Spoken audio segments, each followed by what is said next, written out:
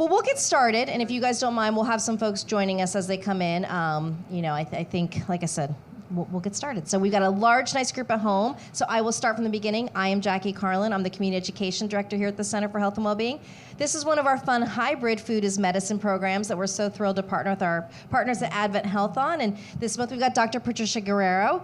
I told her I'm not going to go through her whole biography. I'm going to let her do that. But the headline is she not only is an cardiac electrophysiologist. Is that right? You got it right. Okay. But what's most important is she is very committed to cardiac health and well-being and really looking at all the lifestyle choices that we make that can help improve our health. So she will be talking about that more and more today. And Allison Harrell, who many of you are familiar with. Allison is a culinary medicine specialist, a registered dietitian, and just one of our favorite folks to have here in the Nutrition Theater, not only for her cooking and nutrition skills, but she teaches us all great kitchen gadgets. I'm looking around to see what new things she's got today. So, what does she have to? Okay, we have our own herb scissors here now because of Allison. So this program works a little different. We've got some folks at home. We've got some folks here in the theater. So for the folks at home, please do use that chat box. Ask your questions. I will be your audience avatar here in the building today, so I will share your questions with our two experts here. So whether it's on disease state, whether it's on a specific ingredient, whether it's on a cooking style, anything is on the board. This is, I'm going to say, because it's all ladies so far, we've got fun ladies in here. It's going to be girlfriends around a table, so ask your questions when you have them. Do not feel like you have to wait to the end. If you don't know something, just speak up, and we'll have a good time throughout it. We also do regular cooking programs. When I say regular, in air quotes, those are just the folks here in the room. Those aren't live streamed. We usually do one every Wednesday. Sometimes it shifts a little bit. We've got tons of really good ones coming up. I'm going to go over to my computer and read a recap in a moment of what we've got, but we've got some good food is medicine ones coming up with Allison over the next couple months as well. We're going to be doing what is it? How are we wording it now? The wholeness, cooking for wholeness with Dr. Ariana Becker, who many of you know from here in the building.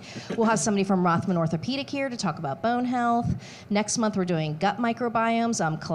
Keller's going to be doing that one with somebody from the TRI, which is the nutritional study people. I'm doing that one. The technical term? Oh, you're doing that one. Yeah. I thought Colette was. I'm sorry. With Dr. Corbin. Yeah, with my friend who's also a PhD dietitian, which I love. They did a really cool study, and that one's going to be live streamed, everybody. I'll put a link in the chat for that as well, because if you can't make that one in person or if the seats are sold out, that'll be another one that's live streamed. A sidebar on that, and then we'll get started. They did a really cool study, I forget how many minutes, where they prepared meals for people to show how it affected their overall health, and it was featured in the New York Times and all these places, and Allison's going to prepare one of the recipes from that study that was so successful. So, and we also have a breast cancer surgeon coming with us. Oh, Dr. Sagel, right? Yeah. To speak another month. Yeah, so we've got lots of good things coming too. In addition to our cooking, we've got a writing program going right now. So we've got arts classes, writing classes, all sorts of fun things to do here at the Center for Health and Wellbeing. So why go anywhere else? Why go anywhere else? Thank you very much. I'm going to make that our tagline. Why go anywhere else? We got it all. I'll give a few more plugs for other things, but I'm going to get started. Last housekeeping. Everybody, whether you're watching online or watching here, will get a survey. So please let us know what other cooking styles and programs and diseases and whatever the case may be you want us to do programs for coming up. And make sure our cell phones are off so we don't bother anybody that's in here. And like I said, if you've got questions, when you and folks here in the room answer them, just give them a chance to repeat the questions for those at home can hear, because usually they can't.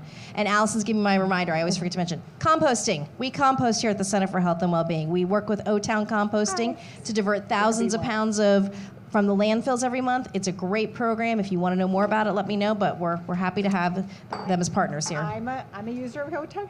Nice. Yeah. So it's a great way to make another small impact on the environment. So without further ado, welcome to Food is Medicine, Cooking for Heart Health. Let's get started. Okay, I'm going to first go over what we're going to be cooking, and I'm going to introduce myself. My name is Allison Harrell. I'm a registered dietitian with over 25 years experience. I can't believe that. And I did advanced training to become a certified culinary medicine specialist, because I really do believe that the food that we eat really impacts our longevity and our overall health, and that's our mission today, to help you learn what foods are really going to support your heart health and overall well-being. So today we're going to be making a lentil and wild rice soup, and we are also going to be making a heart-healthy salad with a vegan feta cheese. So I really love feta cheese, and I wanted to try and make it in a heart-healthy way. And then we have a dessert hummus that's got peanut butter, chocolate, raspberries. We're gonna dip it in some apples and some pretzels. It's gonna be delicious. And I've collected your email addresses when you come in, and Jackie's gonna put a opt-in in the chat several times through this presentation. I'm going to be sending a heart healthy recipe pack after this is over with the webinar recording. And I do talk a lot about kitchen gadgets. This is one of my favorite things to save time in the kitchen. I never want time to be a barrier to get you in the kitchen and making healthy food. So I will send you my Amazon store link so you can see for yourself how to incorporate that into your cooking and planning. So before I pass it over, I'm just going to get started. I'm going to heat some olive oil in our pan. And this is my first kitchen gadget debut. It's my favorite thing. This is an olive oil container, and you'll see you can squeeze it, and it will measure out exactly what you need.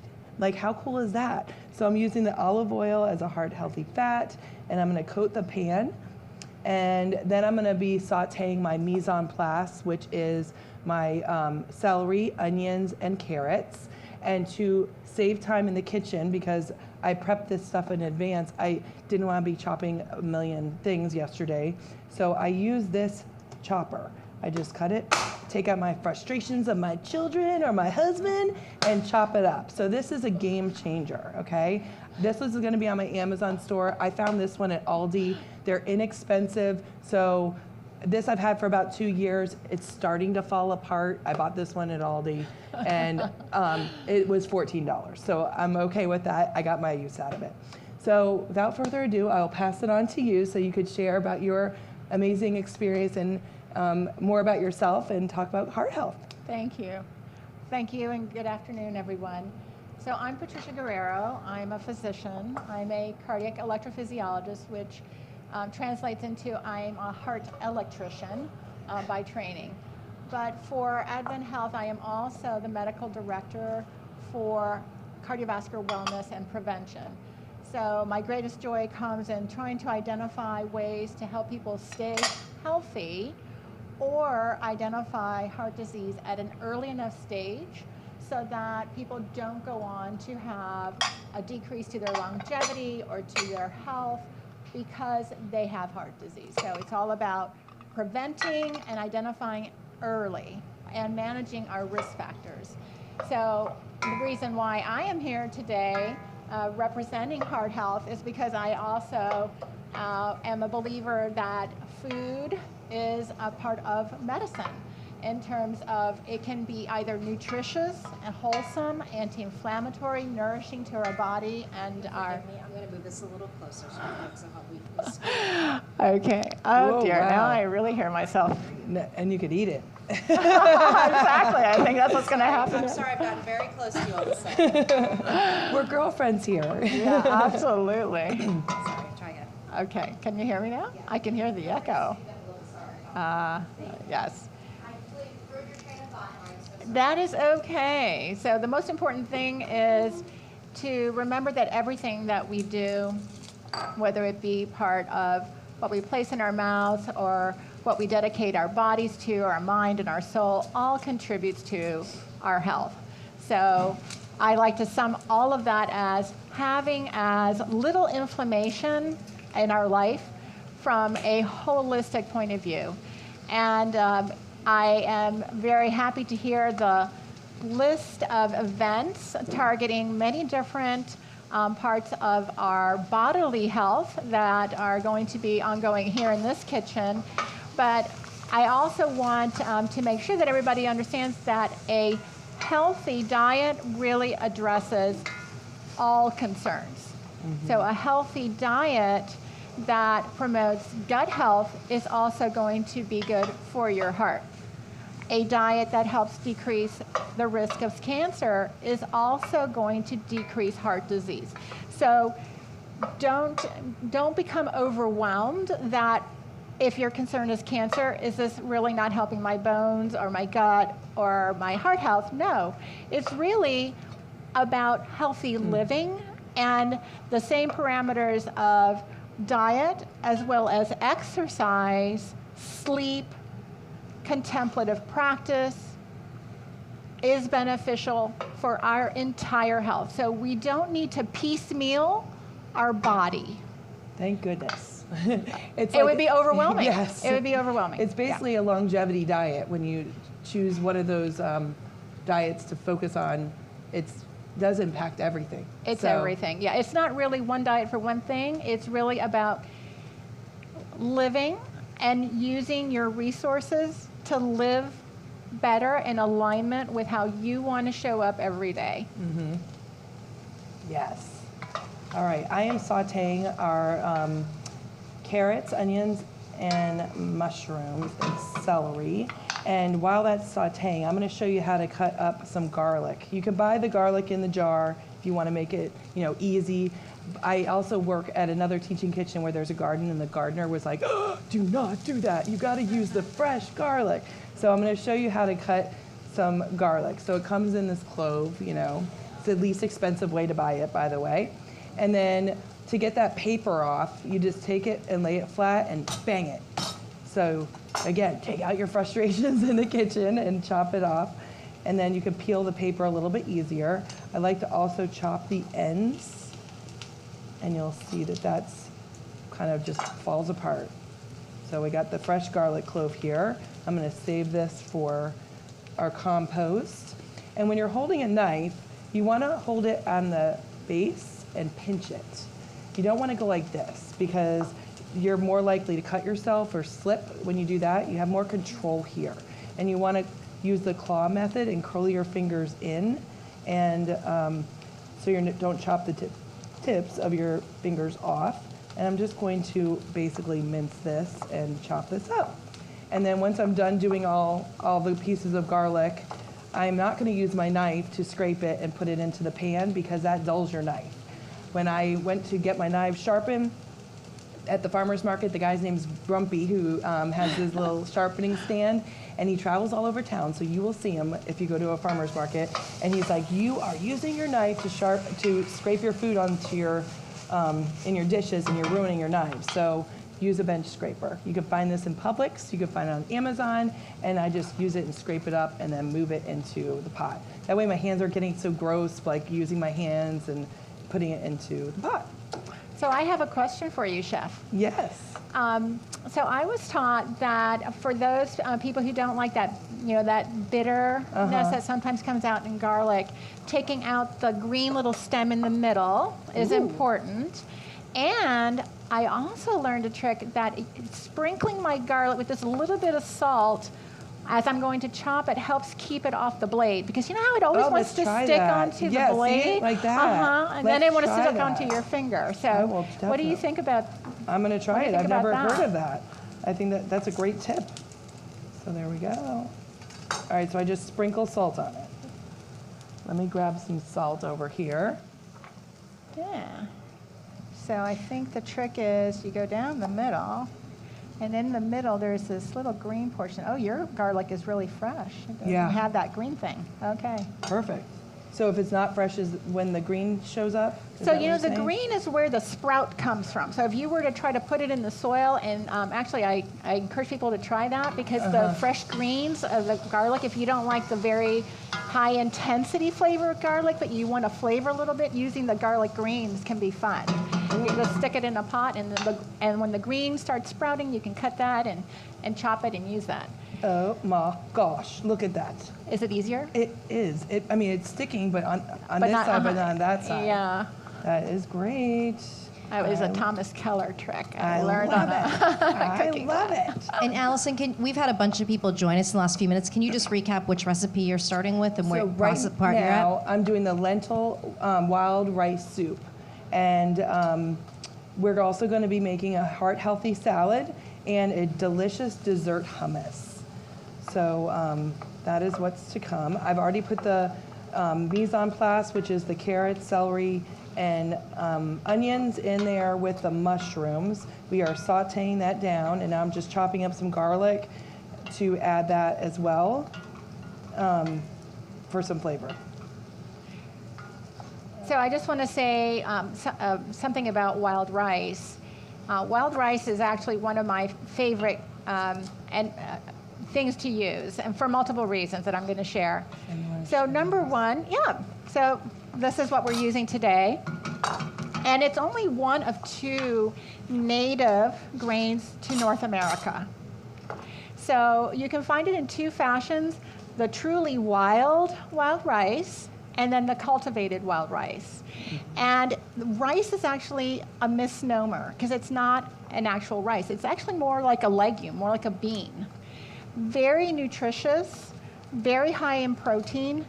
And one of the things that I really like when I purchase this is I know I'm supporting, when I buy the truly wild rice, I'm supporting native Indians in the Canada or northern states, because these are harvested from grasses that grow in the water, so they're aquatic grasses. So they're very high in fiber, they're very high in protein, they've got lots of excellent minerals, and one of the things I really enjoy about making this is that I can batch cook. So Allison and I have been sharing our personal tips on batch cooking. So I can cook a large portion of this, use what I want to use for that day. I can then portion, just dry it on a sheet pan to air temperature for just a little while, and then I can literally freeze it in portions for the 1 or 2 people that I know I'll be making meals later for. And then it's already cooked. It also keeps in the refrigerator for a very, very long period of time. So, but there's also wild rices that are cultivated, equally nutritious, that perhaps you'll be able to find more easily in our grocery store. I love batch cooking. That is a huge game changer, because a lot of times when I speak with clients about, for one-on-one or in my group counseling sessions, they're like, I don't have time to cook. And I get it. It takes some time, but if you're going to get the kitchen dirty, why not make a little bit extra and store it in your freezer? Because there truly can be faster meals in your freezer than going through a fast food restaurant or drive-through. And with the rice, what I like to do is I'll make an extra batch, and I will put it in my Ziploc freezer bag and push the air out and get it flat, and then I'll score it and freeze it that way. So then when, say, my kid's like, oh, I want some rice in my burrito, and I'm not making a bunch of rice for that meal, I can portion out just enough for him without having to make a whole bunch of rice or thaw out the big bag. So think about what dishes you really enjoy eating and how you can freeze that in the freezer. Another thing I like to do with soups especially is I will take a big muffin tin that has the 6 spots in it, and I will portion out my soup in there, throw that in the freezer. Once it's frozen, I'll pop it out and put it in a Ziploc bag. So then I have either a half or a full serving of soup when I just don't feel like cooking. I've utilized that quite a bit recently, and it's been such a time-saving tip.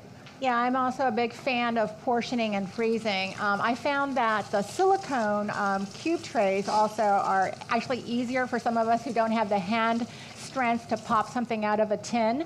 So the nice thing about the silicone, it comes in tiny little pieces, so I can make, for instance, a puree with my favorite herbs, freeze it, or I can make my own vegetable stock, or I can make soup and freeze it in a larger silicone cube size where it could be even a half a cup or a cup, and then super easy to pop those things out and stick them in the dishwasher, because as I'm a big believer that your healthy meal can be fast. So you can have fast food healthy. Mm-hmm. It doesn't have to be unhealthy. It does take a little thinking, a little thoughtfulness, and a little preparation ahead of time.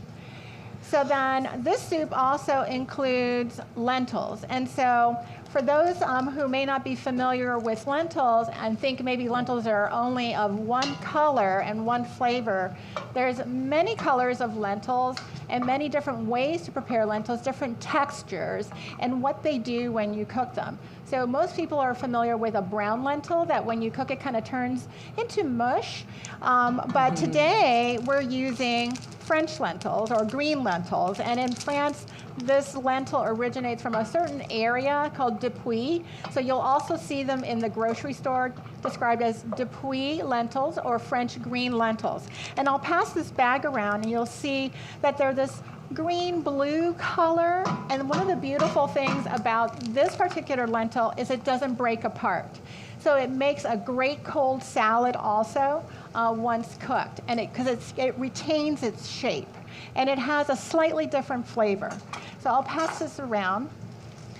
So one of the beautiful things about lentils, and when we think about protein, is that we have to consider a little bit of what we learned in high school. What are complete proteins, and do plant proteins are they complete? So let's review what complete means. So to create protein, we need 20 different amino acids, and our bodies only can create 11 of those. So we have to obtain the other 9 amino acids from our food source. And so when you hear something described as a complete protein, it means it has those 9 amino acids, and that's why they're called essential. Because we essentially need them from outside sources because we don't make them. So animal proteins have complete proteins, but so do certain sources of vegetable proteins or plant-based proteins. So lentils, particularly when you sprout them, become a complete protein. There are other plant-based complete proteins that actually includes hemp seeds, which we're going to be using today, buckwheat, soy products, and also blue-green algae. And is nutritional yeast a complete protein? It is, and so is wild rice. And I'm using nutritional yeast in the feta. I pre-made the feta because we needed to marinate it overnight, so I couldn't have you sit here for 12 hours. But there is nutritional yeast in that as well. So nutritional yeast, buckwheat, which also is called soba by the Japanese, as well as quinoa, are also complete plant-based proteins.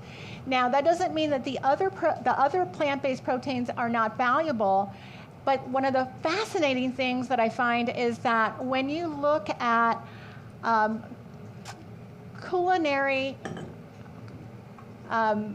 compositions from an ethnic point of view, that intuitively different ethnic groups have combined things in their meals that when one thing is combined with another, it actually creates a complete protein. Like having beans with your tortilla, a corn tortilla, that becomes a complete protein. So just understand that you don't have to be so preoccupied about, oh, is this one a complete protein versus that one's not a complete protein. Don't degrade your different sources of plant-based protein. Just understand that there's sometimes a really good reason why different ethnic groups have combined things together is because intuitively and because of what I call just social and ethnic and grandma knows best sort of intuition and looking at what makes people healthy, they've been able to discover this. So that's why certain things are paired together. And when I was training, we were taught that it had to be at the same exact meal. But now we're learning that it just really within the same day. So don't stress about like, oh no, I have to have beans with rice. Or I have, but as long as it's in the same day that you're getting those complementary proteins together, that you'll get the benefit. Can I take this moment to ask some questions from home? We've got a lot of questions about the rice. Everyone's very excited. So for those at home that haven't been in the chat box, go in there. That's where I've been putting the brand names of the lentils and the rice that we ordered. I have to say, too, just inside baseball, when we first started talking about this program, Dr. Guerrero got very excited talking about her wild rice sources. So we had a long conversation. It was very fun researching rice and lentils. So somebody asked the question, is this the same thing as scarified rice? Have you heard that term before? It is not. Okay. Yeah. Okay. And what about blooming rice? Have you heard of that phrase before? Oh, I've never heard about that. I've never heard that either. Okay, so that's a new one for our experts in here. We'll have to look it up for you then. And then someone's just wondering, is there any drawbacks to using wild rice, long grain, browns? She said the example of lectins. I'm not sure if that's something that would leach into it. I mean, is there, I think probably when you're weighing the pros and cons, you're saying, the health benefits of these outweigh potentially other ones. Yeah, so for people who joined maybe a little late or because I wasn't being completely mic'd here, wild rice is not actually a rice. It's a mislabeling. It's more about the shape that gives the sense that it's a rice. It's actually a legume. So it's very high in dietary fiber, in proteins, magnesium, manganese, phosphorus. I actually brought homework. I did homework. I love it. Love it. Yes, because I'm not the nutritionist. So a lot of people think that doctors know about nutrition. No, because it's not part of our medical school curriculum. So thankfully, we are learning. We are learning. Yes, we're learning, and there's several programs throughout the United States that are pairing medical school students with opportunities to learn about nutrition. And Advent Health is one of them, which is great. Yeah, so the advantage I have is that my mother always took me into the kitchen. Yeah, that's where I got started with my culinary interest, and that I love to cook. Getting back to the wild rice and the sourcing of the wild rice. So I just want to repeat, there's two sources of, quote, wild rice. One that's truly wild, and this is a native North American product. Okay, so this doesn't grow anywhere else in the world. And then there's a cultivated. So Allison encouraged me to talk about my sourcing. So one of the reasons, this is a product I buy, this I have at home. I actually buy it in a much bigger container because I buy it usually once or twice a year in large quantities, and then I portion, vacuum seal, and have it in my fridge. But I believe in putting my resources to support local farmers, indigenous groups, to allow them to make a living creating wholesome products. And this is one of those products that I buy. So I want to support the native Indian population of the northern United States and from Canada. So every time I order this, I know I'm supporting that group of people. The same thing with the lentils. So Timeless Lentils has a beautiful story, and I encourage you to go online and read about them. This essentially was a group of farmers from one of the northern states, again, that took fields where they had been using pesticides for many years, growing crops that were sponsored, and they decided to retake their health, their personal health, their family's health, and the health of the soil back into their own hands by converting their fields to organic and growing lentils. All of these varieties of lentils, also some unusual varieties of chickpea, a black chickpea, and this beautiful barley. It's a blue barley, which is extremely high in protein. It's one of my favorite grains. And so, again, I source from them. I have it shipped to my home. I buy in big amounts. My husband calls me the bean lady because I'm always, looking for sources of plant-based protein, and I do take the time and effort, and perhaps there's a very small increase in cost, but I feel that way I am supporting good husbandry, good support of the planet by putting my money in what I believe. And so that's why Allison was very kind to experiment these products today. Yeah, and where is the lentils? Where is this is it in the United States? I believe it's Wisconsin or Minnesota. Oh, Minnesota. That's right. And I love that because so many of the farms in the United States are subsidized by the government, and then they're getting a lot of GMOs and things that I'm not really wanting to ingest. So I love that they took over their land and be like, nope, we are going to have what's good for the body, and it may come at a higher price, but I want to challenge you. So sometimes people are like, well, I can't afford that. That's too expensive for a thing of lentils. But why don't you go into your pantry and look at all the food that you have in there? I'm guilty of this too.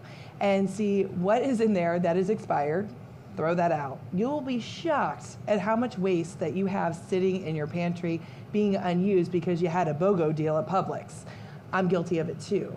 So when you're mindful about where you're putting your dollars for what you're eating, and you're only buying what you're going to consume and consume what you buy, you'll find that you're not really spending that much more money, okay?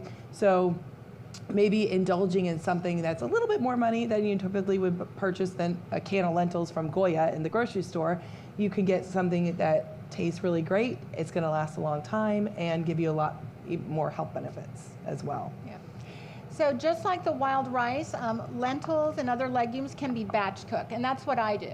So I might sprout a whole pound of lentils, or I may cook a whole pound of lentils, make it into a lentil soup, and then freeze portions of it, and know that I have that later, and I don't have to start from scratch and cook again.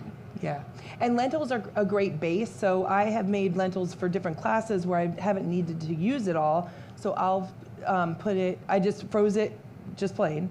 And then so I can make lentil tacos with it, add a little bit of seasoning. I could stuff a red pepper with some lentils and some sauteed spinach and vegetables. So you don't have to have a finished product in your freezer to batch cook. You could have little, parts of a recipe. And same for your refrigerator. I like to do something what's called the salad bar in my fridge, where I'll pre-cut all the makings of different recipes so that I can be like, well, I'm hungry for a stir fry. I've got all the vegetables already chopped up. I pick what I want, throw it in the skillet, and there you go. So I always am trying to encourage my clients to get shortcuts in the kitchen so they actually get in the kitchen and start making food versus going through the drive-through. Yeah, so you can actually try out different colors of lentils. So for instance, the decorticate lentil, which is like your orange lentil or your gold yellow lentil, they actually literally disintegrate. They're very fast cooking. Lentils are very fast cooking. Mm-hmm. So unlike some beans where you have to think ahead and soak, and then it takes hours to get them to that right texture and cook through, lentils usually can cook in 20 to 40 minutes or less. And particularly the decorticate ones, they really just fall apart. So they make a wonderful soup base. So from this company, you'll see that there's the green lentils, there's orange, there's gold lentils, there's a black lentil that is also called beluga, because when you, like beluga caviar, so they actually keep that little bright, really bright black shape. They stay intact, and they come together kind of like how beluga caviar would. So you could make a plant-based version of that on a potato pancake or something. Oh, yeah. Yes. Very good. Are you concerned about lectins with lentils? Because I was always taught that you should soak all beans prior to using them. I do not pre-soak. I rinse my lentils. And when I sprout them, obviously, that occurs over almost 2 to 2.5 days. But And no. how do you sprout them? Oh, well, we should have a sprouting class. Yeah. So what you do with the lentils, you soak them overnight, or you can do this with chickpeas also. You do want to have an organic source of lentils or chickpeas. So then you soak them overnight in clean water after you've washed them and rinsed Set them timer for 10 minutes. to make sure that the water looks clear, because you want to get rid of any dust particles. And then you have a colander that you can have over a bowl, or if you have one of those calendars that kind of stretches out, has those extenders that you can put over your sink, and you put a towel over it. And then every 12 hours, you're just going to rinse the lentils or the chickpeas. So now they're drained. So you've soaked them, you drain them, you spread them out over a colander so that they're, maybe one bean thing, one as thin as possible so they aerate, because you're not wanting them to get mildewy. And then you just rinse them until you see them start to sprout. And so you can, once they sprout, it's utterly up to you how far you want to take the sprouting. So some people actually want to eat the sprout versus the grain that's sprouted. I personally like to eat the grain sprouted, so I don't really let them sprout for too long. So usually I'm done sprouting, depending on the temperature of my kitchen or your kitchen, in about 1.5 to 2 days. So if I start on a Thursday, I'm already cooking, for instance. I like to cook my sprouted lentils or chickpeas. But if you're not interested in sprouting, you don't have to do any pre-prep with any of those. Not for the lentils, no. Now the chickpeas, you do have to soak. Yes, you do have to And soak. the same with kidney beans and things like that. Yeah. You need to soak them. So let's talk about that, though. Do you have a moment, or do you need to talk? Okay. Yeah. So there's different degrees of drying of your legumes. I'm sorry. Okay. So again, learning about the company that you're sourcing your legumes from. So there are companies who really dry the legume. And that's going to require that it be soaked maybe even 8, 12 hours. So that requires that you have to think literally the day before. I buy my legumes, my beans, from a company called Rancho Gordo. This is a company out of California, and they work with local California farmers, bean farmers, as well as from small villages in Mexico, trying again to support that farmers can live at home, do what they do, and still make a living and be able to thrive. So they do not extensively dry their beans. So it does not require that I have to soak them overnight. So I can soak for 4 hours. I don't even have to soak at all if I forgot. There's a method of just quickly putting your beans into the pot covered with water. You bring it to a rapid boil. And then you can either cook longer or you can let it sit in the hot water and then drain after an hour and then start cooking them. There's methods of cooking beans after that short soak in either an Instapot, like a pressure cooker. I'm personally afraid of pressure cookers, so I don't do that. So They're so easy. I was terrified too. They're a game changer. So we'll do a sprouting and a pressure cooker class. But I like to cook in this Mexican clay pot that is just for beans. So it's the bean pot, and this is the bean lady in the bean pot. The bean pot, the bean lady. That's your branding. So it's a clay pot that's only used for beans. So it is actually handmade in Mexico, and it's what I cook my beans in. Because something about, and I learned this when I lived in South America, that a pot that's dedicated to one thing adds flavor to the final product. So there's something about that. Yeah. Kind of like having your green tea in a clay pot from China. And it just gives it something. Very cool. Yeah. I'm going to start with the salad while that's simmering. I need to let that simmer for about 10 minutes before I add the lentils, and then we're going to cook it for 20. So then you can get started on the salad. I wanted to show you a little tip. When you buy these clamshell salads, which are BOGO right now at Publix, FYI, I get so frustrated because they seem to go bad so fast, and it's because of the moisture that is in it. So what you do when you go home, you take a paper towel and you just fold it up and put it on there, and you store it upside down in your fridge. Yep. It'll last a lot longer. Same thing with your sprouts. Yeah. That way they don't get mushy. Yes.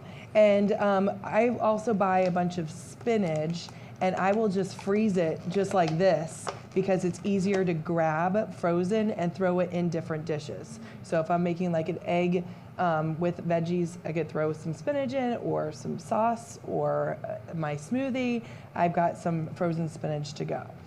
And the freezer is your friend. Did you know that you could also freeze like zucchini and use that as ice cubes in your smoothie? I've been doing that lately, and you can't taste it, and it's just another way to get another vegetable in, so you increase your fiber intake, and it helps feed those gut bugs so you have a balanced gut microbiome. So kind of got off track. So what I'm going to do for this, we are going to add, I like arugula for the peppery flavor. I'm going to add some fresh berries, and strawberry season is upon us. And I like edamame. This is another soy product. Soybeans. Complete protein. We are going to add some edamame. You find that in the freezer section, and you can get them individual little baggies or the big bag. So depending on who's eating it in your house, you might want to get the smaller bag so you don't use it all so fast or let it go to waste. And then I'm going to add some blueberries to it. Powerful antioxidants here. Yes. I love red onion, so I'll sprinkle some red onion. And for people who don't like some of that sharp taste of the red onion, one trick is to blanch them. So just put them in a colander and then just pour boiling water over them, let them sit, and it kind of takes it down a notch if you don't really like that very strong oniony flavor. I love it strong. But not everybody, not I everybody. know, not everybody. My mother also taught me a trick of just after you blanch them, just having them sit for a little while, maybe in lemon juice or a mild vinegar. That also takes it down yet another notch. Oh, wow. So it depends on how much you love the aggressiveness Yeah. of the onion or not. And my husband taught me a really great trick. Leave them out. He hates onions. It's so frustrating. I married the pickiest eater ever. And it's like, And I'm like, of course I had to marry a picky eater when I'm like all into cooking all the time. So this is why I love these classes, because I have a variety of people that are interested in eating a variety of different foods. So, all right, so I used Instacart to help me with grocery shopping, and the lady brought me some really squishy avocados. I was so annoyed. So I brought a bunch of them. I brought all the ones I had from my own stash. She got me one hard that did not ripen enough. So I'll put it back in this bag. This is how I ripen it. So I'm gonna cut a couple of these and see what they look like. And you know, I see a lot of people taking a sharp knife and cutting their avocado in their hand. Don't do that, unless you want to come visit us in the emergency room. A lot of people cut their hands that way. So cut it on a cutting board. You can use a butter knife. You don't need to use a sharp knife. And this one's okay. Oh, it looks good. It's all right. And you just cut away the rotten part. I'm gonna cut up in a couple and see. This one's really, we gotta see how bad this shopper was. This is what she gave me yesterday. And I'm like, I can squeeze it so easily. So a beautiful thing though about Look at that. avocados. Like, come on, Instacart. This is so sad. This is from Instacart. Like, come on. Like, that's ridiculous. Yeah, but I feel bad because it's not my fault. Yeah, I do return things that are bad, but when I'm in charge. But now I know. I buy my own avocados. So the great thing about avocados is that it's a wonderful source of a very favorable type of fat. So not all fat is created equal. Mm-hmm. And we actually are blessed to live in an area where we can grow avocados, multiple different types of varietals. And so for those of you who want to experiment at growing things in your own backyard, arugula during our cold months is super easy to grow because you only have to allow it to get about 3 to 4 inches. I do something called cut and come again. So it means that you can sprinkle your seeds for any of your lettuces very densely, water them, and then when they're 4 inches tall, you can cut them, water and fertilize, and it will come again. So if you get started like in late November, you can have your own salad in your backyard or even in a pot. I actually grew it always in a pot because that way I could control the quality of the soil. So I could buy organic soil and have organic compost in my pots to grow my lettuces. And if your lettuces seem a little wilty, one important trick to how to revive them is soak them in water, let them sit there for a good 30 minutes, spin them and put them in the fridge. And all of a sudden, they're rehydrated, they're alive again, they're crispy again.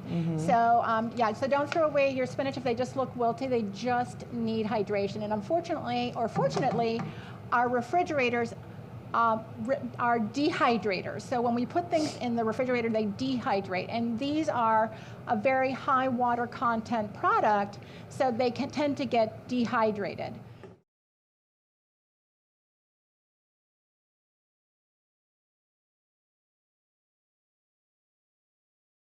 Have you guys heard of Thrive Market? It's an online shopping. It's kind of like a Sam's Club online because you have to pay a membership to be able to shop there. But I find a lot of ingredients I don't typically find at the typical grocery store, or that I would have to go to Whole Foods to find. I like this because it's just raspberries and they use chia seeds to help congeal it. You could also make your own jam at home by using mashed berries and chia seeds. I've done that before too. So I just wanted to show you a new way to have some jelly.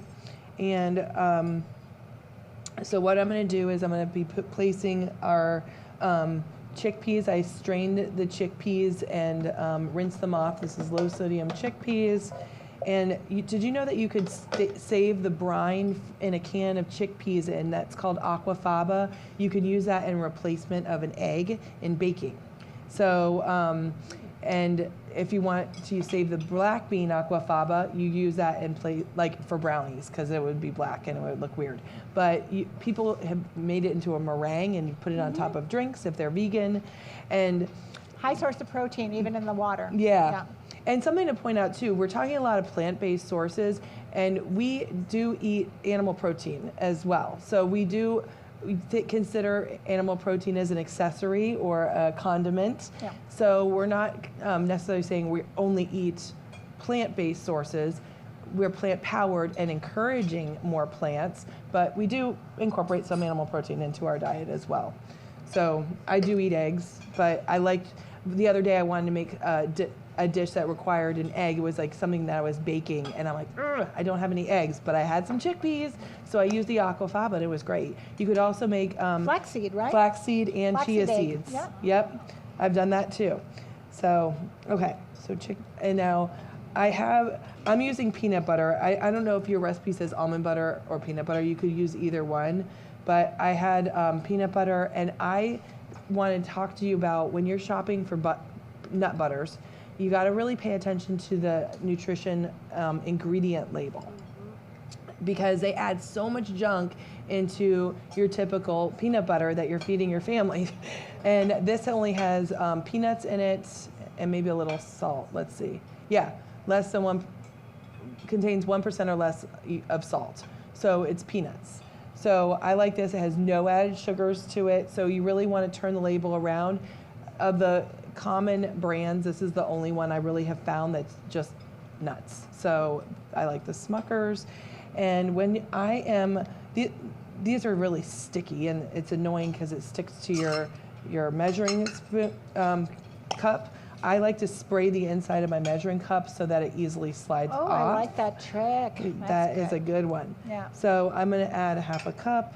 So I'm just going to take a little bit of my olive oil spray. I like olive oil and avocado oil spray because they're a good source of fat. That's generally the only fats I use at my house, because you can use it at high smoke point or high temperatures and they won't get inflammatory. All right, so it does separate. Now, if you really want to be fancy, I have friends that do this. I have not tried it myself, but they will blend it when they come home and then re-put it in there, and it stays together and doesn't separate.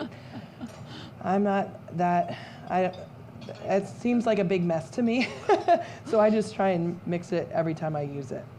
I saw online from New York ads that there is actually a peanut butter stirrer. Oh. On Amazon that comes with you just screw it in and it kind of looks like a thicker wire. And Yeah. So that would be a good Christmas gift for these fancy friends that do this when they bring home their peanut butter. exactly. All right. Unique anyway. Yeah, definitely. I wish I would have invented that. Yes. All right. Whoops, I'm making a mess. Allison saw it. Oh, good. You like the tofu?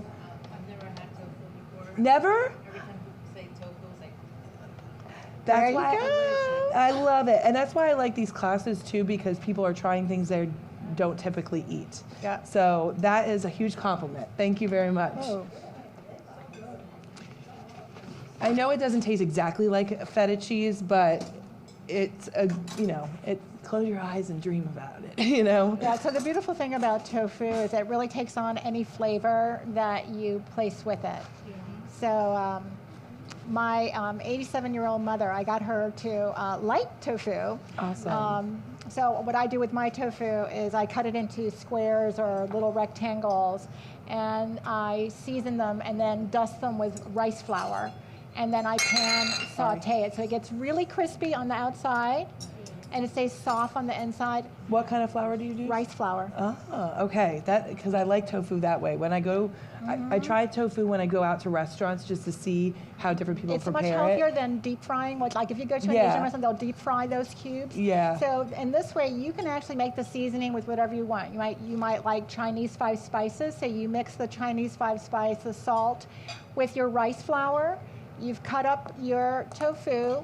If you're using this one, the one in water, you do need to dry it out first. You cut it into your cubes, and then I put it in a glass Tupperware container, the rice flour there, sprinkle the rice flour, toss them gently so you don't break up your tofu, and literally that can stay in your fridge all week. And then you can just pan saute as you go, or you can pan saute everything on your batch baking day, and then just reheat them in your toaster oven or in the pan again if you just want to freshen up the crispiness. But they stay very well in the rice flour, and then you can just take out whatever portion you want and pan saute it. That's awesome. With a tiny bit of the spray olive oil in a Yeah. non-stick pan. And in your air fryer. I put it in the air fryer Yeah, I as don't well. have one of those gadgets. I was late to the party for that one, and I love it. It actually replaced my coffee maker on my countertop. Oh, golly. I- I don't know. I can't give up my coffee. Coffee's Well, good for you, by no, the way. It is good for you, but I bought and I'm the only one that drinks it in my house because I got picky people. So I bought the coffee maker that makes 1 cup and smaller. I moved that over here, and then I got my air fryer that's a dehydrator, roaster, grill, all of that. All Ninja Foodie Grill XL. Love it. Yeah. So coffee wasn't on the menu, but since you mentioned it, I just want to put it out there because this must be the most common food-related question I get. Is coffee bad for you, right? And coffee is not bad for you. It's what you put in your coffee that's bad for Right. you. It's the sugar, the cream, the artificial, flavorant, all those things are bad for you. And then when people tell me, well, I drink decaf, and so that must be safer or better. Well, it turns out not so. The method of how the coffee got decaffeinated actually could be worse for you than just having your cup of coffee. So actually there were 2 research papers that came out in the last couple of years that actually demonstrate that actually people who drink coffee do live longer. You just have to be mindful of what do you put into your coffee. So don't make a good thing, a healthy thing, something bad for you. Right. Yeah. So it's not the coffee fault. Dr. Guerrero and Allison, we are back up and running. So Hi, everybody. everybody at home, that they are Hi, so committed. Like we have more than 40 people that have stayed just waiting. I want so, to know one of those is my husband. Hi, honey. well, to explain it right, we took a power hit, us and several other places in the Wow. area. Oh, so, wow. and our Sorry. backup system didn't back up. So I apologize to those at home. Thank you for hanging with us. Can you give a 30-second recap of while we were previously Yes. on, what happened while we were? What step are you on? now? Okay. Yeah. What were we doing? Were we doing the salad? Yes, Yeah, you were we're talking about doing the tofu. salad, so everybody Okay. got their salads. Perfect. Okay, tofu. So you talk about the tofu. Okay, tofu, it's a complete protein. And this salad that Allison has made us has tofu in 3 versions. It has edamame, which is the green tofu bean, so the soy protein in its green form. The tofu, which is taking the dehydrated bean and then processing it into the protein that's now coagulated, and miso, which is a fermented soy product. So the fermentation makes it also How much time on the wonderful timer? addition for your gut microbiome. So this salad is a powerhouse. Yes. And I added some berries. We talked about hemp seed and Another walnuts, whole a food. good source of omega-3 fatty acids, complete proteins. Avocado, another omega-3. My Instacart lady did me wrong and gave me some rotten avocados yesterday, but that's okay. It's still delicious. It's still great. All right, I'm going to move over to the salad before I get noisy with You mean the soup? I mean the soup before I get noisy with the food processor over here. So I am adding in some spinach to add in some more greens, and studies show that if you get 30 different servings of plant-based foods in a week, it's really good for your gut microbiome. Your gut is your second brain. So a lot of times when we're eating a lot of processed food, we are messing up the balance of the good and bad bacteria in our guts. So when you hear, it's very trendy to talk about gut microbiome right now, and there's reason. And it's all about the diversity. Yes. So unfortunately, our Western diet has decreased the diversity of the beneficial bacteria and yeast that live in our gut. Right. So our job is to try to restore that diversity by really eating from the full gamut of colors, full gamut of vegetable products, and then just being mindful of the source. How cleanly are they created? Are they grown in a healthy soil, not tainted with pesticides and things that would decrease that biodiversity that you're wishing to introduce into your gut? Right. And that's a good point. I didn't mention earlier when I was chopping my carrots, things like carrots and celery, you want to buy organic because this grows in the ground. So if there's a bunch of pesticides in the soil, you're getting some of the pesticides in the food that you're eating. And the celery is like a straw, so it's just sucking everything up there. So I know not everyone has a budget to buy everything organic, and you don't have to buy everything organic. Like a lemon, I don't need to buy it because it's got this outer part that I'm not going to eat unless I'm going to be zesting it. Yeah. Unless I'm going to be zesting it. But like bananas, I don't buy organic bananas because I peel that. I don't eat the outside of the banana. So I'm adding in, so 30 servings of plants. That sounds like a lot, right? People are like, I don't do that. But we're going to count at the end and see how many different plants we just got in this one meal alone. Any guesses? And do you want to describe what a serving is? Because I think people also think a serving is like a dinner plateful, and Right. it's not. So for the veggies, like one. Like this apple must be like 3 servings. Yeah, that's huge. This is like a huge apple. That's 3 servings of, yes. And so for the salad here, we're going to be doing like a cup is about a serving. And if you're cooking it down, it's even less because you have a lot. Half a cup to a cup. And one banana is 2 servings. Grapefruit's 2 servings. So you can see it's a lot easier Yeah. to get the servings when you realize that the serving is really about what you can put in your hand. Right. And I'm going to add some of the lemon to this. This helps keep the spinach bright and green. And it's a wonderful source of vitamin C, as is the spinach. And this vitamin C helps you with iron absorption. So, Which lentils have. Right. So like we were describing at the beginning, there's a reason why certain things have been paired over generations. It's because one thing helps the absorption or the nutritional benefit or the bioavailability of the other components. right. So there That's we looking go. beautiful. We do have a question from the comment section. If you ladies would like to take a second. Yes, please. Julie asked, "What type of brand of white miso or any type of miso do you like or recommend? Most miso that they have tried is too sweet, and they prefer savory."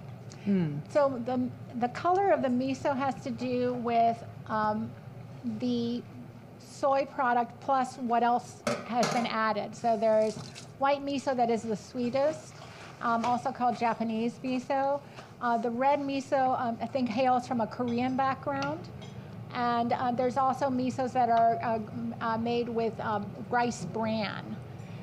The white miso has a product that allows for the fermentation. It's a type of aspergillus that actually is what is very favorable to our gut microbiome. Right. But I found that I had a hard time finding, I didn't bring my miso with me. I had a hard time finding my miso in Publix. At Fresh Market, they have it. Whole Foods, I'm sure, has it. I bought mine on Thrive Market because I was buying some things anyway and I needed to fill my cart. And I like them because it comes in a pouch, so I could just squeeze out what I need and seal it so it lasts a lot longer.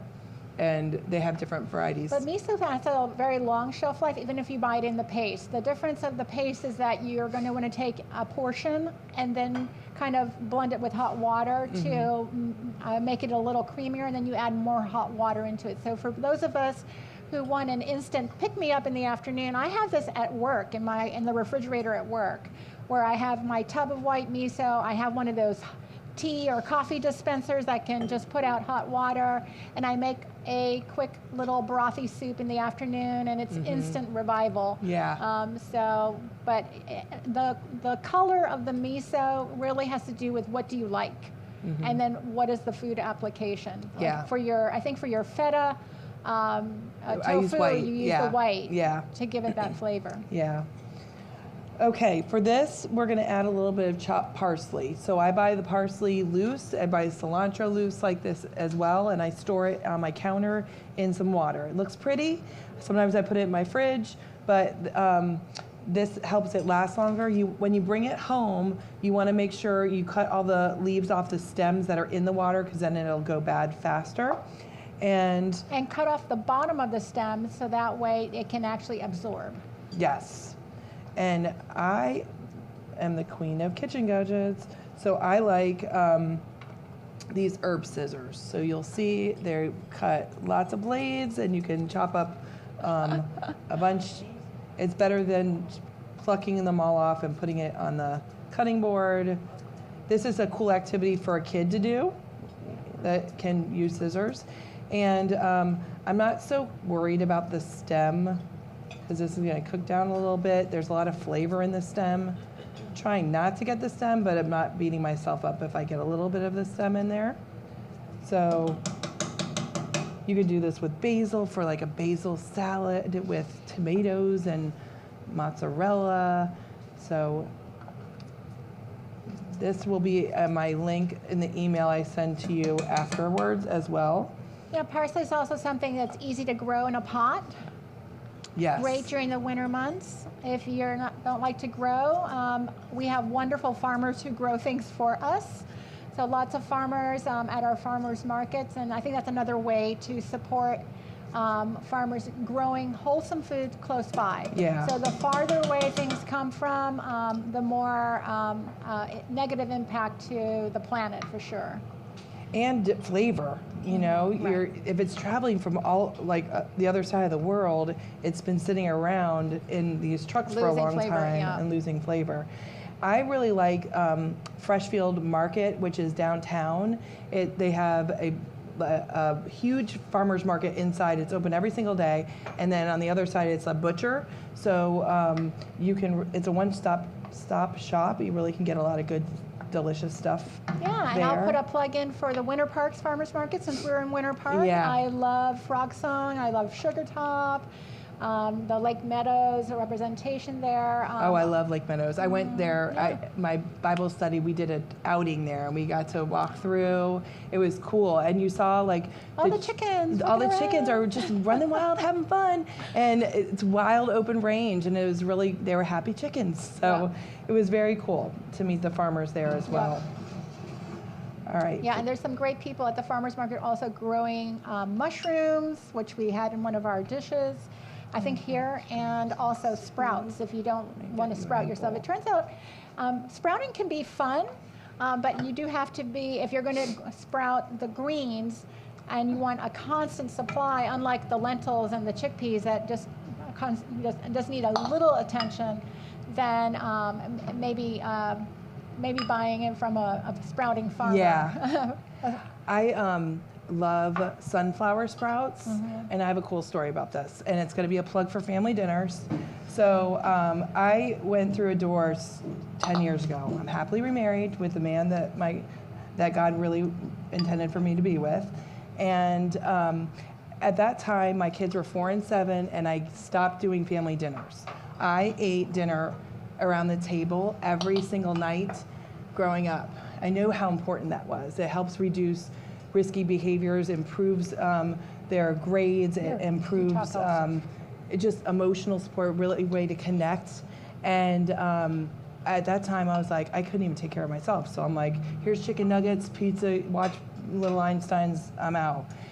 So I went to the farmer's market to buy my sprouts, and the guy that normally sells it was gone. And I'm like, great, this man, I hope he's okay, but he's not here. So the next time I went, there was this kid who came from the the cheese station now was selling the sprouts. And I'm like, where's the sprout guy, you know? And he said he's been missing, so I'm taking over and doing the sprouts. And Thank you. so as he was cutting off the sprouts for me, I saw this number on his arm, and it was, I joked around because I was trying to be cool. I'm like, what is that, your prison tattoo?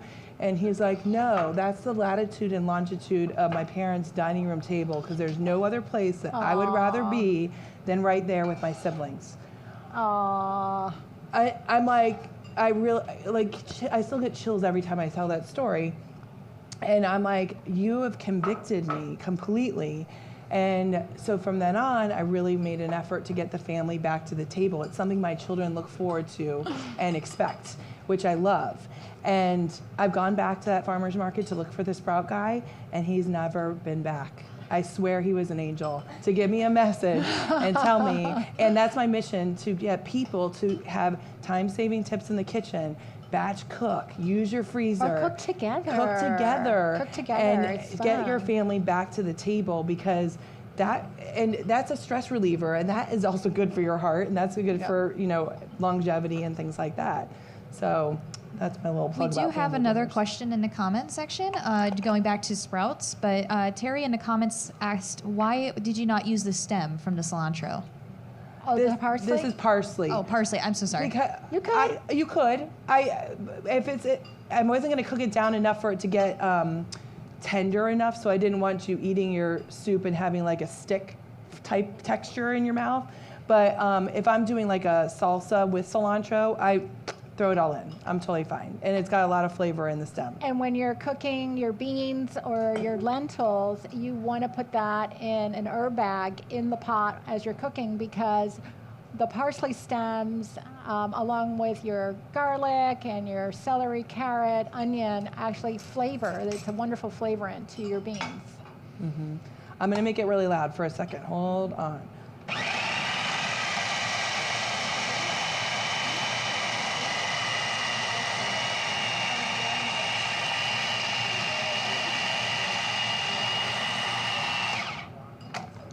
All right, it's really thick. So what I'm going to do is take the liquid that the dates, Oh, the dates were dates, in, yeah. and thin that out a little bit.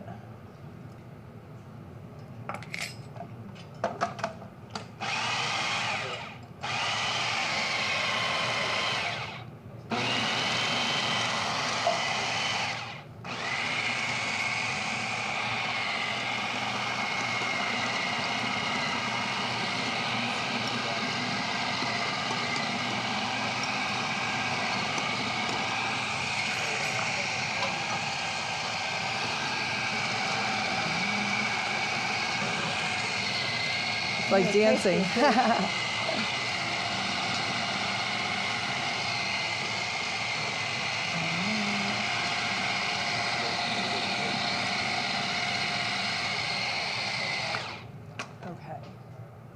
Let's see. And I encourage people when they're cooking at home, sorry. to taste as you go, because you never know if you need to add a little bit more salt or pepper or whatnot. Your soup turned out great. Good, I'm so glad. That was delicious. Okay. Now, if you're new to the wild rice, you can cook the wild rice even more so that it looks like a hot dog bun. Really? Like that big? What? Well, no, that's big. Oh my, how does that you know how happen? the hot dog bun has like the brown on the outside and the white Okay. in the middle? Uh-huh. So you can, if you want your wild rice a little more tender, then you want to let it get to that stage where it kind of splits. It'll still have that dark coloring on the outside, but it'll look white in the middle. All right. So while everybody's eating, I'm going to give a plug for an upcoming event, because in the comments, somebody said they'd love to learn how to grow microgreens. And I said, funny you should say that, because it's one of We were our just regular talking about classes that. we have here. And in fact, and make sure everyone in this room knows, on Saturday, April 27th, is our third annual, I think, Ward and Wellbeing Earth Day Block Party. And it's a wonderful event. The day kicks off with Track Shack's 5K, Run for the Trees, but you don't have to do the race to come. But it's a really wonderful block party that we put on with the City of Winter Park, with all sorts of activities here on campus for families. One of the activities is you come and build your own microgreen grow kit. So come out and see us that day. Everything involved in the event is free. Allison is going to be doing some plant-powered cooking demonstrations with Dr. Amber Orman of Advent Health. So we're going to have cooking demos. We're going to have a drum circle. We're going to have Earth Day art crafts, microgreen, all sorts of fun activities. So we hope to see everybody here that day. Angelique, your question is actually it's a live in-person event. And sorry, no, that event will not be online for those not in our area. But it's a good excuse to come to Winter Park, Florida that time of year. Yeah. It's beautiful weather. It is beautiful weather. Check out our farmer's market. Bring your knives and ask for Grumpy to sharpen them. There's been a couple questions there I noticed about, and you may have answered it while I was gone, but if not, I apologize. Where did you buy the Mexican pot you mentioned that you cooked with? Rancho Gordo. So Rancho Gordo is the name of the company. It's the Heirloom Bean Company. And on their website, you'll find access to the bean pot, the clay pot. Great. And there's some other wonderful things like you can buy, anybody here like hot chocolate? I do. So in Mexico and much of South America, the way you froth your hot chocolate when you're making it on the stovetop is something that actually is carved out of wood, and it has like a little ring. And so you do this with it as you're heating up your hot chocolate. So it becomes this ritual of hot chocolate making. So they have these very authentic Central and South American products on there. Very cool. Yeah. All right, so I'm going. Well, isn't that Allison, I'm going to ask you to beautiful? stick that on the prep area of the cooktop before we pass it around, just to show Okay. everybody. I will. So this is the mousse, right? This is a dessert hummus. dessert hummus, sorry. And so with this one, we added, as a natural sweetener, we use dates instead of white sugar, which you'll typically find in dessert recipes. So we use dates. I put them in hot water to soak them down, and I made sure I got the pit out. And then here we are going to be serving that with some pretzel chips or some apple. So I'm going to slice the apple really thin. And this is a fun thing to add for your next holiday party. Also, we eat with our eyes first, so I encourage you to try and, spruce it up with some additions. I could have used raspberries, but strawberries were BOGO this year. I try to be budget conscious when I do these classes, and always share what's on sale. So today's the last day. If you shop at Publix, strawberries, your arugula, spinach, those are all BOGO. So in reference to the strawberries, it's one of the few fruits, I just learned this from my husband. It's the only fruit that has the seeds on the outside. Yeah, so all those little indentations are the seeds. So this is probably like other berries, like the raspberry and blackberry, that perhaps there's more relevance to trying to buy products that are grown without pesticides. Mm-hmm. So I always like to say something about organic, and just simply because we know that some things that are labeled organic are very expensive, and just know that organic is a government labeling. So, and it costs a lot of money to put it on there. And it costs the farmers a lot of money to acquire that labeling. So it's more important to talk to your farmers, and that's why I really encourage people to go to the farmer's market or grow it yourself, because that way you actually really understand what is it that you're putting in your mouth, and ask them, how do you grow this? Do you eat this? Do you give this to your child? So you'll understand the method of growth. Right now, there's another methodology that is being touted because it requires less water. So there again, that's another planet-saving technique. So you'll see that mentioned amongst farmers because they can grow without having to use high volumes of water. And we know that water is a very precious element and not enough of it, and particularly in certain places in the world. Yeah. And at that Freshfield Market, where the butcher shop, we were in there, and they were saying that their meat is typically organic and not labeled because it costs too much money to put that organic. So where is Freshfield now? It's off of, it's downtown, it's off of Michigan. It's like if you go down Orange, south, take a left on Michigan, you'll see a Walgreens. You take a right, and it's tucked in there. I think it used to be called Mom and Pops before, but now it's Freshfield Market. Yeah. It's next to what? Freshfield Farms, sorry, Right. thank you. All right. Yeah. And then again, at the Winter Park Farmers Market, get there this. are farmers that bring meats that come from local farms where animals are raised with responsible husbandry. So no added feeds that are pesticide laden. So like Lake Meadows Farm, yeah. Or Frog Song also brings some meat products. Oh, sorry. Yeah. Yeah. That looks pretty. Pretty. Let's get a picture of us holding this. I forgot about that. We need a promo picture.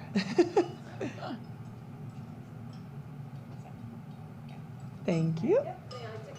Yeah, of course. There you go. Thank you. Okay. So let me- since we were talking about, even though this is I'm a gonna Plan grab some Forward class, tongs. and we want to encourage people to be Plan Forward, I do want to say something about Thank fish, since we you. mentioned fish is a product that has a lot of omega-3. It has a beneficial fats, and it is a complete source of protein. So don't forget to also support our local fishermen. So we have a beautiful coastline all around our peninsula, our beautiful peninsula. So get to know your fishermen and try to buy local fish, because that way you know that the fish is coming from the local waters. The U.S. government is very just keen stab it. on being Sorry. attentive to where our fishermen can fish, Oh, so yeah. we're not Where'd those come overfishing, from? and our awesome, coral yes. reefs are protected. Thank So you. my favorite source is Wild Oceans. They are a family that are right off the coast of Florida, close to Titusville. And so I source my fish from them, and they come to a local farmer's market too. They come to the Audubon Farmers Market on Monday nights.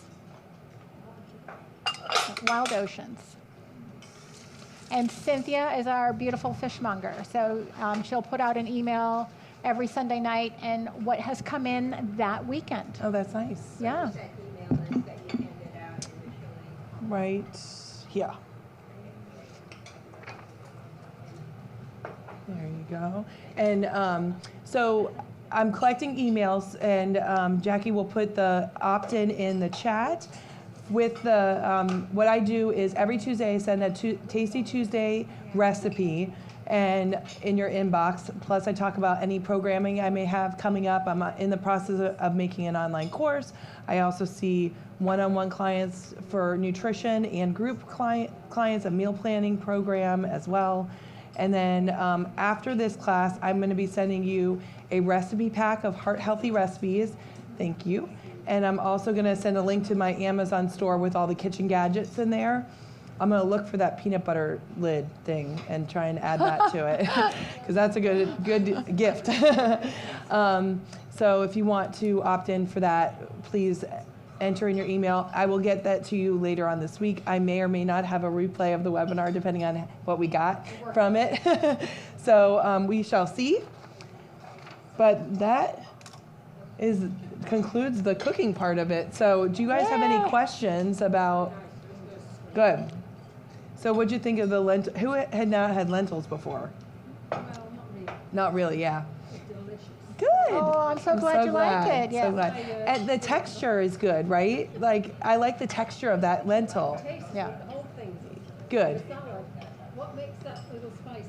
I've added a little bit of red pepper flakes to it. Oh, that And it Okay. had the apple cider vinegar Yeah, was it. yeah, with the mother. Mhm.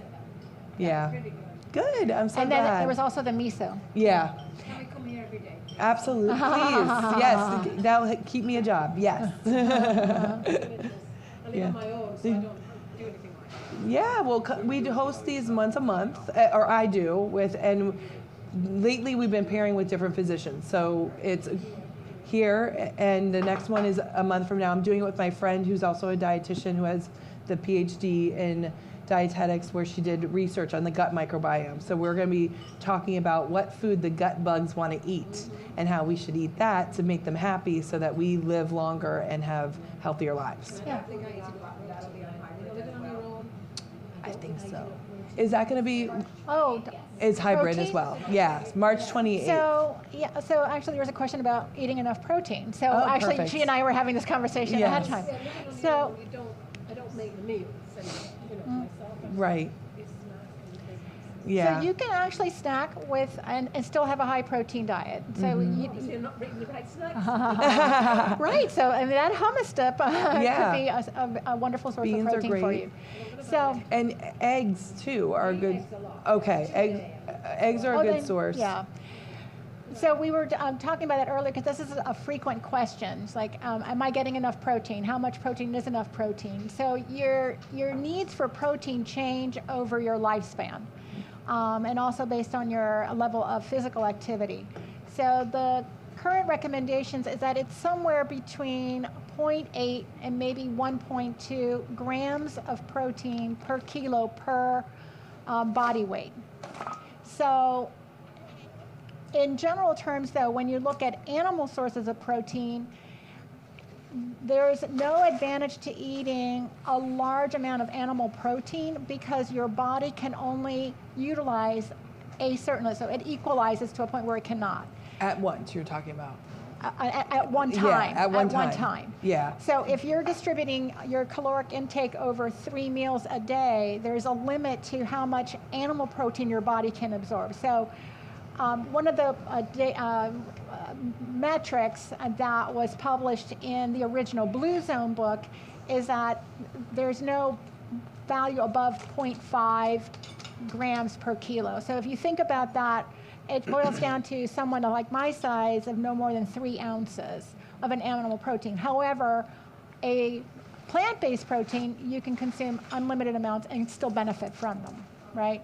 So that's why when my patients ask me, what should they be eating, my recommendation is be very plant forward. 2/3 of what's on the plate should be fruits and vegetables, legumes, whole grains, and particularly combining your legumes with your whole grains, because like we talked at the beginning, so that can sometimes make the protein complete if the single plant-based protein is not complete itself. But if you're going to consume an animal protein, then be selective. Try to choose your healthiest, least inflammatory animal protein.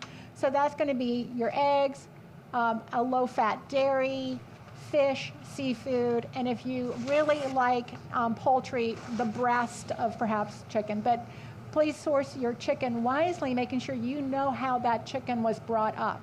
Because whatever the chicken eats is now become part of you. And also, when you go to those places and you get those chicken breasts, you're like, well, I scored a great deal. They're huge. Right. Not the ones you really want to get. Yeah, so what we were discussing earlier, and I was sharing an article that comes from a famous nutrition dietary source out of the UK, is that if you portion yourself an excessive amount of animal protein, there is a limit past which you no longer benefit per meal. So it makes sense to then use animal sources of protein as a condiment. And so that's what I promote. Like if you're going to eat an animal product, use it as a condiment and not as the main source of your caloric intake. Can you break down that point, that 1 gram per, you said It's 1 gram per kilo of ideal body weight. okay, so why would that be? Let me get my calculator. So about She's going to get out her calculator. So what number do you want to use? What weight number do you? use 120. Okay, so 120 divided by 2.2 Is your kilos. is your kilo, so 54.5. And you want to know how much? 0.5? 0.8 or, Yeah, so, just do 1 because she said 0.8. so 54.5 Okay, grams. so about 55 grams of protein a day. Yeah. Yeah. Mm-hmm. And then I actually did some, for instance, I think I got here that trying to see. I did some calculations where it's actually on the bag. The lentils, Oh, yeah. So for like 1/4 cup of lentils, 50 grams, you're going to have in protein 11 grams. It's a lot of protein. Yes. I mean, my husband and I have gone through nutritionists and we've lost a little bit of weight. But there's so many different things being thrown at us, like carbs, don't eat carbs, and don't eat this, and don't eat that. It's hard to understand what you're supposed to Yes. to eat Yes. to keep yourself healthy. We Yes. try to eat organic and buy the proper veggies and things like that. I focus on you can eat carbs. Carbs are Carbs are not good for you. Not a villain. Your body needs carbohydrates, but let's focus on eating Complex. yes, less processed carbs, plant-based carbs, and also timing it right. Like when you go to bed, you don't need all the carbohydrates because that gives you energy. You're going to sleep. So I like to front load and have my carbohydrates at breakfast and lunch. And then in the evening, I'll have 3/4 my plate veggies and then a protein source. That's if I'm in weight loss mode. So maybe when I get into weight maintenance mode, I can add a little bit of a serving of a carb at nighttime if I'd like to. But with my clients, I see we get the best results when we are focusing on a complex carbohydrate for breakfast and lunchtime, and then not having that at dinner time. And making sure you're drinking enough water. Every Yeah. metabolic reaction needs water. So so many of us are, I don't have time for water. I don't like the taste of water. But you really need to have water. It's like the oil in your body or in your engine to like lube things up. So, and it helps suppress your hunger hormone so you're not eating as much. So I recommend drinking at least 16 ounces of water before you eat anything and then approach your meal. So a comment in reference to that is that you don't want to dilute your gut acids, your stomach acids, because they actually help you break down food. So hydration is often, although the lack of hydration is often a reason why people overeat. So try to consume a lot of water, and for an average woman, you need about 90 ml. So you need a lot of water, and for a male, almost 120 milliliters of water a day, and that's without exercise.